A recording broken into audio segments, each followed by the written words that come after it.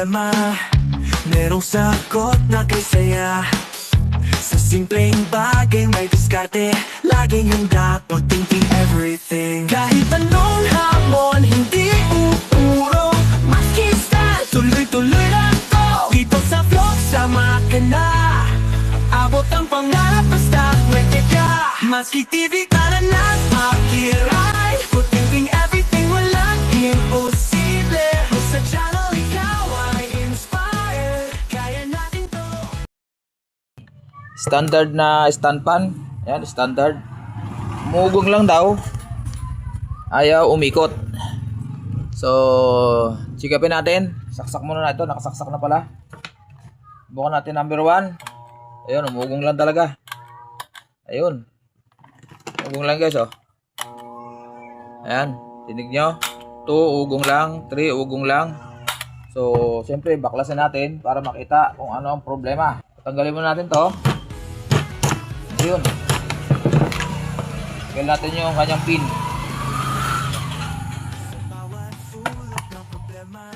Ayun.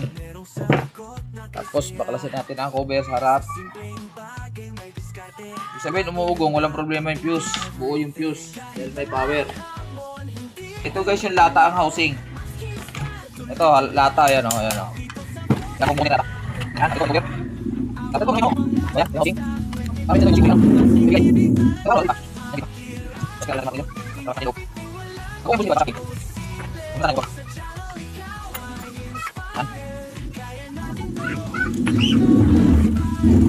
Yan, kumusta na ang pasok. Kapan lang. Yan. Wala. Dito sa likod lang ang medyo may alog na boss. Ayan o. Hindi dapat umalog yan. Kaya dito nag-init yan eh. So, pero may sira ang kanyang kapastor. So, tanggalin natin to. Tester uli. 1.5 nakalagay. Dapat 1.5 din to. Sira talaga. Kasi sira ang kapastor pag nag-over ito. Nahirapan siya magpaikot. Palitan natin ang bushing.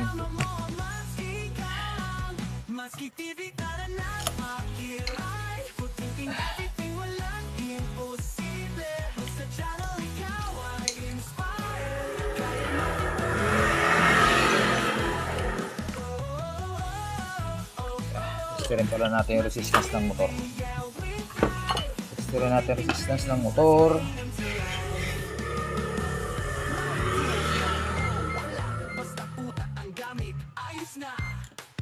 Tayo 1, 3, 2 1, 2, 3. Mahina na.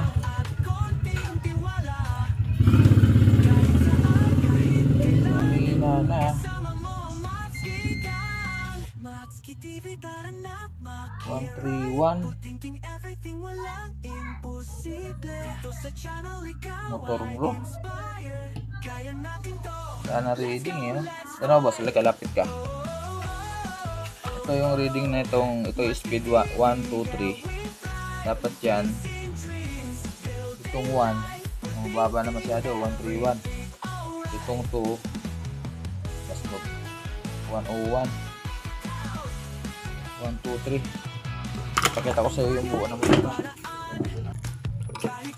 Pakita ko sa iyo ang reading na tama ay 131 yung number 1. Ito pagbago 375 o 335. Mas mababa yung pula 297. Ang layo, diba? So motor, automatic motor ang problema, pero papalitan din natin yung bushing na yun isa. Kahit yung shafting hindi pa, pwede pa naman yun eh. Palit motor. Kasi pag dito natin tingnan sa itim tsaka power 101 na lang. Pagdating naman dito sa pula tsaka sa green, ito yung number 3. Ito yung malakas. Ayan, 1, 2, 3 nakalagay. Pagdating dito sa pula tsaka green, 295. Yan dapat ang reading. No. So, palit tayo ng motor, boss. Okay. Diyan ka lang muna, manood ka para So obligado tanggal to. Gamitin natin yung fuse, buo pa yung fuse mo eh.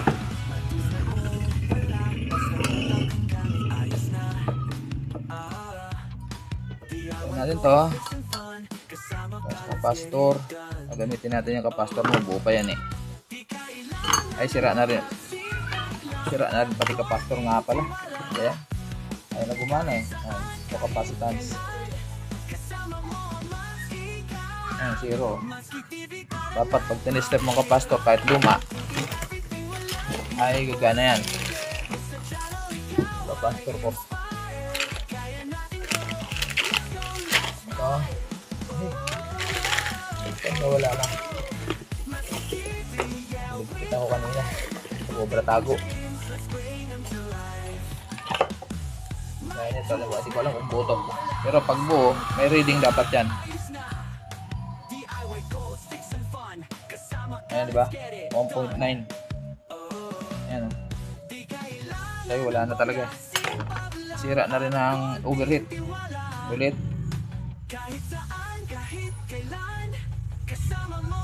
Wala na lumalabas, o. Ayan talaga. Pero ito, lalagyan ko ng fuse. Yung fuse mo gagamitin natin. Ang iba, hindi naglalagay ng fuse, eh. Importante yan.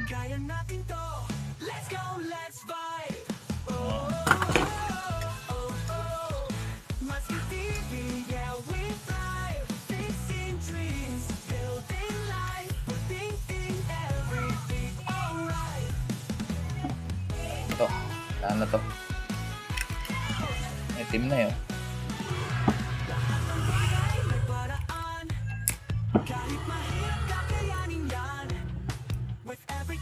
Yan. Ito. Buo pa to eh. Walang. Sa bawat sulok ng problema, merong sagot na kay saya. Sa simpleng bagay may diskarte, laging handa. Pag tinester natin to, fuse, tutunog dapat yan pag buo. Ngayon na rin. Kaya na rin. Okay. Bigyan na lang kita ng fuse. Sana.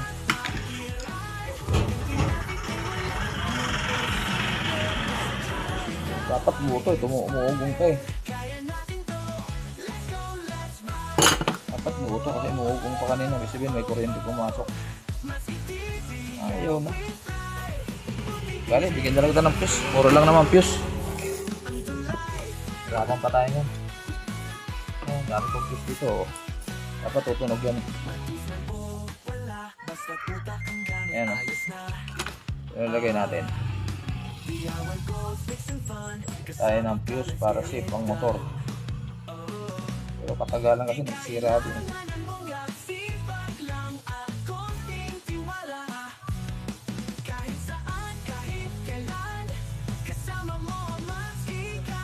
Problema kasi ng ganitong lata, tuyo yung langis.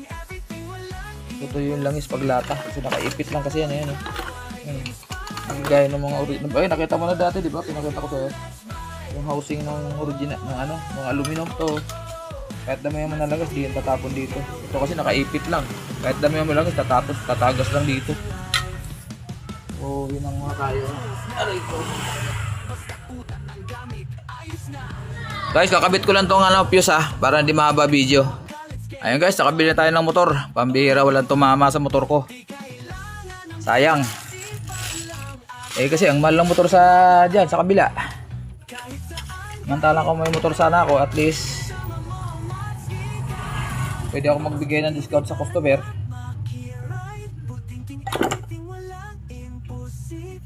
Wala tuloy discount.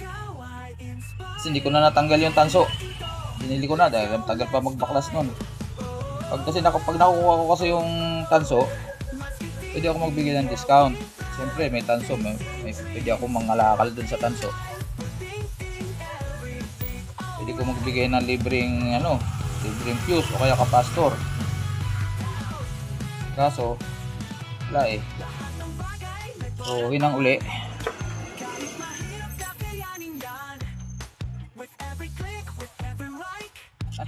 Together we rise.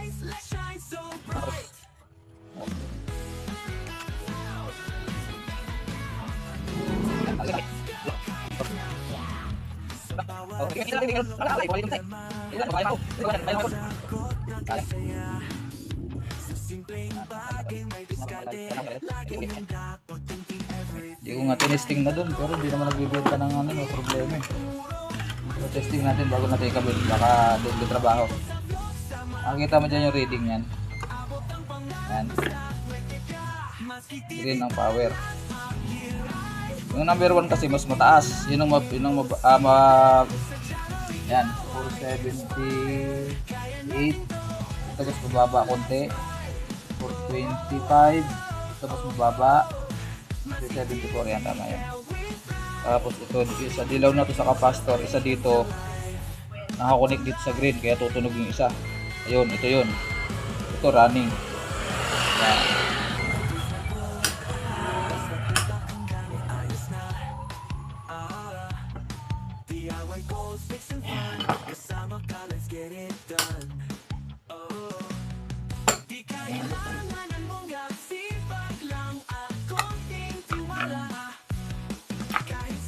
Yung kapalitan. Ito yun na tanong, walang kalangis-langis. Aba?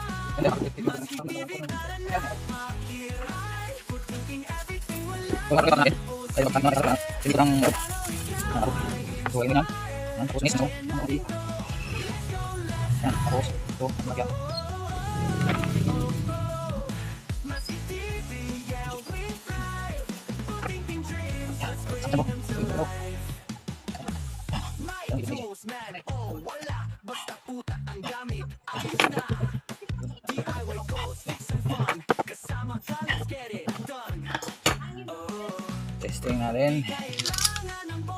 Wala na. Hindi na maalog eh. Masayaw eh. Dapat ikot lang yan. Ganyan. Punta natin ulit. Tama tumatagas dito yung langis eh. No? Diba? Yan ang pangit ng itong niipit lang ng ano. Niipit lang yan. Pagka damihan ko, tutulo lang. Ayan. Ito langis lang to. Wala naman tama eh.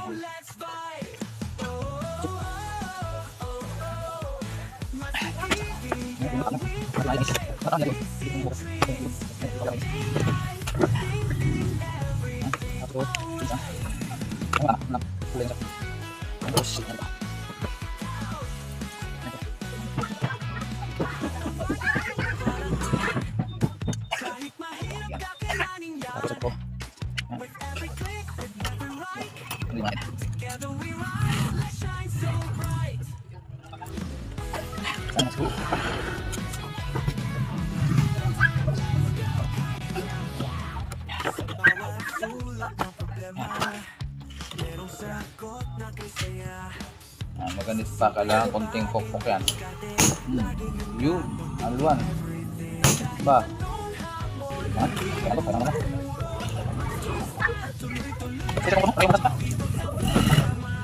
Ano ba?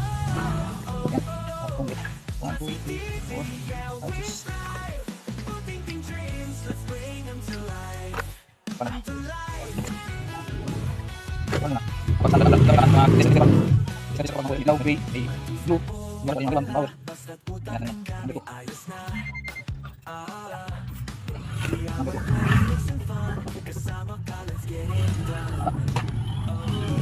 Number 3.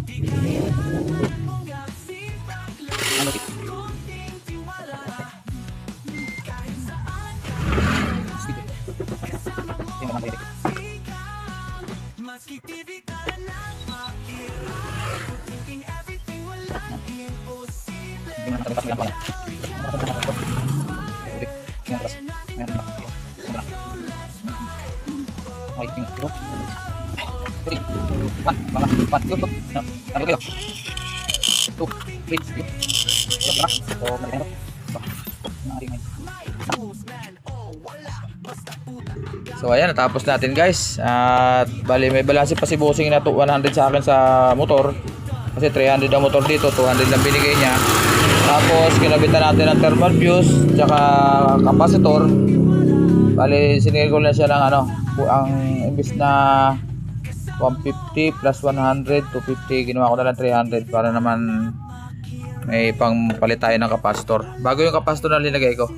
Ayan, so okay na naman siya at kita nyo naman at umikot na siya ng maayos. So tingnan natin at inayos ko na rin kasi yung ano niya, inayos ko na rin yung gearbox niya dahil kulang ng pyesa. Bulitas lang naman. Ayan, so patayin natin muna. Ayan, number 1, ayun, umiikot na guys. So naka-rotate, naka-swing. Ayan,